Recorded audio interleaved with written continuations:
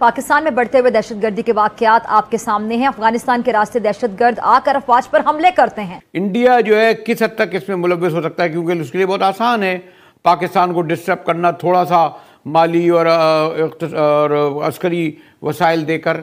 अब तकरीबन 26 किलोमीटर का हमारा बॉर्डर है जो अफगानिस्तान के साथ लगता है, और वहां पर इंडिया चूंकि इन्वेस्टमेंट कर रहा है, वहां पे सड़कें बना रहा है, प्रेसिडेंशियल पैलेसेस बना रहा है, उनकी पार्लियामेंट की बिल्डिंग बना रहा है।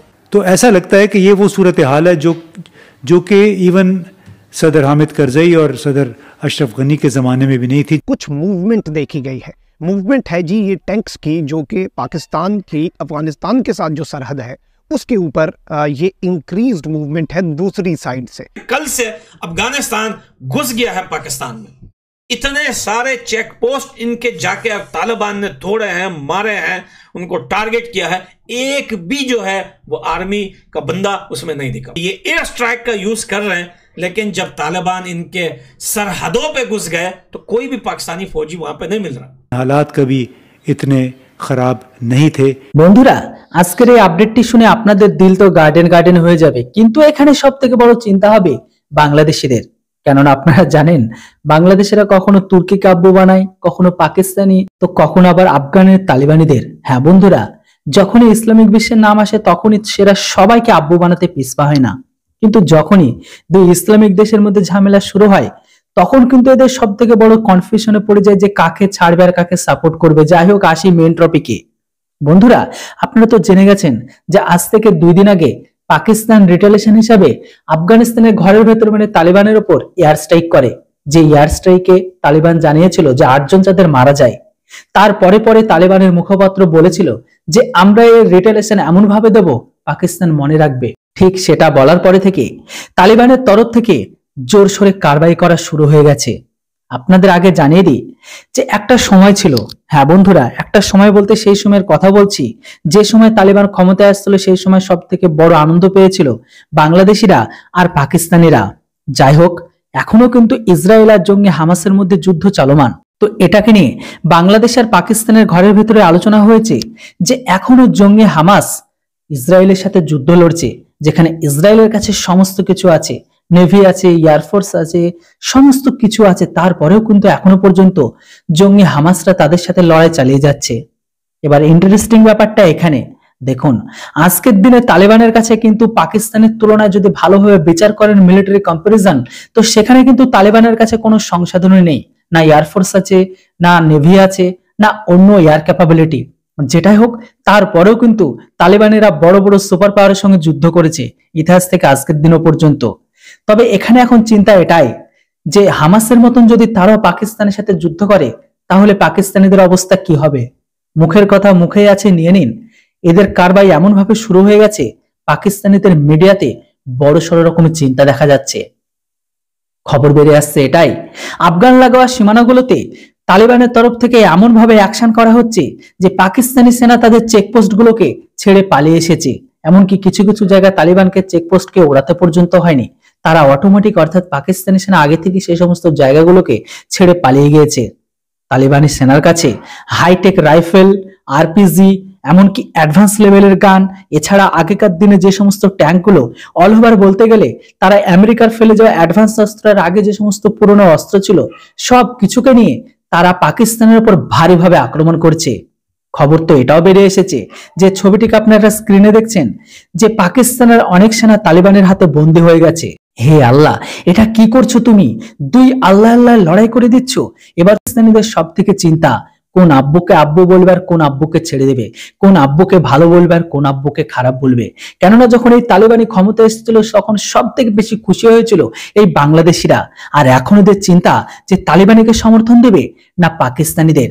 বন্ধুরা এদের সম্পর্কে যে সমস্ত মিডিয়াগুলোতে তারা কথাবার্তা চলছে সেটা আপনারা নিজেরাই শুনে নিন।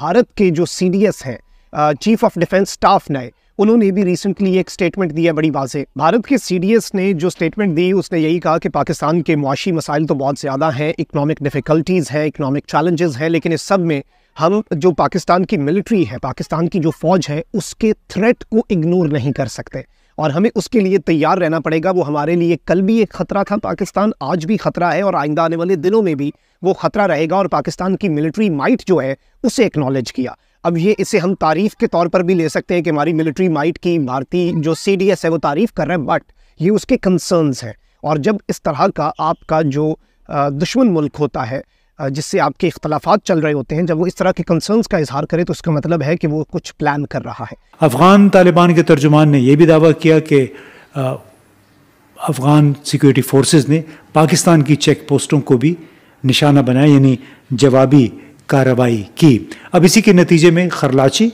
और ग़ुलाम ख़ान जो कि जनूबी और शिमाली वज़ीरिस्तान के बॉर्डर पोस्ट हैं वो भी फौरी तौर पे बंद कर दिए गए, क्योंकि वहाँ भी फायरिंग का तबादला हुआ था।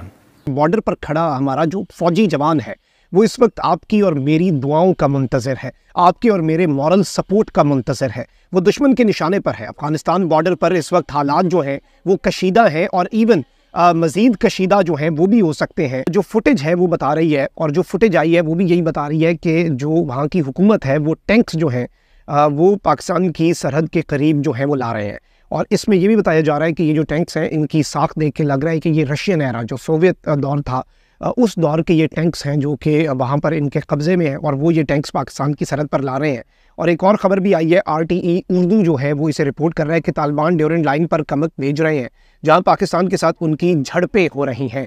अब ये झड़पें जो हैं इनके हवाले से तो कोई इतनी बड़ी कन्फर्मेशन अभी तक नहीं आई, लेकिन ये चीज़ है कि वहाँ पर ताज़ा दस्ते या फिर वो अपनी जो इन्फोर्समेंट है वो बढ़ा रहे हैं। ऑल्दो इसके अंदर हमारा मौक़िफ़ बड़ा वाज़ेह है, हमने किसी मुल्क के साथ नहीं लड़ना, हम वहाँ की आवाम की इज़्ज़त करते हैं। अब मोहसिन नकवी साहब नए वज़ीर दाखिला ने एक और कार्ड फेंका है, और वो ये है कि 30 अप्रैल के बाद कोई 8,80,000 के करीब Afghan citizen card holders Pakistan में मुकीम हैं, उन्हें भी अफ़गानिस्तान वापस भेजने का सिलसिला शुरू किया जाएगा। क्यों और इसका नतीजा क्या होगा? इसका नतीजा ज़ाहिर है नफ़रतें बढ़ेंगी, गुस्सा बढ़ेगा, और पाकिस्तान के हवाले से जो नफ़रत अंगेज़ जज्बात हैं उनमें यकीनन मज़ीद इजाफ़ा होगा। अब इस तमाम का बराह रास्त असर फिर दोनों तरफ से जो ट्रेड है, बायलैटरल या जो ट्रांजिट ट्रेड है, उस पर असर होगा, क्योंकि इससे कोई हज़ारों ख़ानदानों का रोज़गार जुड़ा हुआ है। उसमें डेली वेज वर्कर भी हैं, मज़दूर जो हैं, उसमें ट्रकर्स भी हैं, ट्रॉलीज़ वाले भी हैं, होटल, रेस्टोरेंट और बहुत सारे ऐसे कारोबार हैं जो कि ट्रांजिट ट्रेड के साथ वाबस्ता हैं। जब कारोबार बंद होता है तोरखाम या चमन या ग़ुलाम ख़ान, इसका मतलब है कि जो उजरतों पे काम करने वाले मज़दूर हैं, जो वहाँ की ट्रकर्स हैं, इन सब का नुकसान है। फिर जो कारोबारी हज़रात हैं जिनका माल ट्रकों में कंटेनर्स में पड़ा होता है उनको भी ज़ाहिर है नुकसान होता है, अगर उसमें अशय खुराक हैं, ऐसी अशय खुराक जो जल्द ख़राब हो सकती हैं। अब इसका नतीजा ज़ाहिर है मज़ीद नफ़रत की सूरत में और मज़ीद कशीदगी की सूरत में बरामद होगा। तो मुझे मालूम नहीं है कौन से अफलातून हैं जो बार बार इस नौयत के मशवरे हुकूमत को देते हैं। पिछले दिनों से हमारा एक मौक़िफ़ चल रहा है, हमारी रिपोर्टिंग चल रही है कि खबरें हैं कि पाकिस्तान की ये जो नई रेजीम है, ये जो लाए हैं, ये एक सेटअप ऐसा चाह रहे हैं, कॉन्फ्रंटेशन ऐसी चाह रहे हैं कि अफगानिस्तान के साथ एक छोटी लिमिटेड जंग हो। और इनके जो अमेरिकन दोस्त हैं वो भी कहने लग गए हैं। कल डोनाल्ड लू भी ये कहेगा, इस पे हमने रिपोर्ट किया है पिछले व्लॉग में। आज डोनाल्ड ब्लोम जो अमेरिकन एम्बेसडर है, उन्होंने भी ये कहा है कि पाकिस्तान के साथ काउंटर टेररिज्म कोऑपरेशन, ये जो काउंटर टेररिज्म कोऑपरेशन का लफ्ज है कि दहशतगर्दी के साथ एक साथ हम लड़ाई जो है जारी रखेंगे, ये फिर से री इंट्रोड्यूस होने लग गया है। क्या कोई लिमिटेड वॉर होगी अफगानिस्तान के साथ? सवाल बनता है। मगर एक चीज क्लियर है, एक चीज वाज़ेह है कि जरदारी फौज और अमेरिकन प्रेजेंस अब एक साथ इनकी कोऑपरेशन जो है वो शुरू हो गई है। हमारा जो दुश्मन है वो भी इवॉल्व कर गया है, एक नई सिचुएशन पाकिस्तान को कन्फ्रंट करती है, और ये जो दुश्मन है ये एक नया डेंजरस दुश्मन बन चुका है। ये ज्यादा कोऑर्डिनेट कर रहे हैं, ये ज्यादा कोऑपरेट कर रहे हैं। इस वक्त इसी पिछले साल में 49 ग्रुप्स, 49 ग्रुप्स ने मर्जर किया है, इत्तेहाद किया है। इनके पास ज्यादा फायर पावर आ गई है, इनके पास जदीद असलहा आ गया है, इनके पास नाइट विजन गियर आ गया है, इनके पास लॉन्ग रेंज वेपन्स आ गए हैं, वेरी इंपॉर्टेंटली इनके पास डिजिटल टेक और आर्टिफिशियल इंटेलिजेंस भी। তো বন্ধুরা, ভিডিওটি দেখে আর শুনে কি বুঝলেন? পাকিস্তানের মিডিয়া এই মুহূর্তে কতটা চিন্তিত, আর চিন্তা হবে নাই বা কেন? এই মুহূর্তে তারা সব থেকে বেশি চিন্তা ভারতকে নিয়েও করছে, যে ভারত এই জল ঘোলাতে মাছ না ধরে নাই। কেননা দেখুন, আমরা তো জানি পাকিস্তানের অলরেডি কোমর ভেঙে গেছে। এমতো অবস্থায় ভারত প্রকাশ্যে না হলেও যদি ব্যাকফুটেও যদি তালেবানের সাথে খেলে, তো পাকিস্তানে তো নেয়ার বদলে দিতে হবে। অলরেডি পাকিস্তান এটাই ভাবছে। আমি চাই যে আমিও এটা চাই যে ভারত সরকার সরাসরি না, পিছন থেকে তালিদের সাপোর্ট করুন। তার সাথে সাথে আমরা এটাও জানি যে তালিরা কখনো এরা ভালো মানুষ ছিল না, আর না হবে। ইতিহাস সাক্ষী আছে, ইসলাম গাদ্দার ছিল, আছে আর থাকবে। তো বন্ধুরা, পুরো ভিডিওটি দেখে আপনাদের কি মতামত সেটি অবশ্যই কমেন্ট বক্সে লিখে জানাবেন। আর চ্যানেলটিতে নতুন হলে কেউ সাবস্ক্রাইব করতে ভুলবেন না।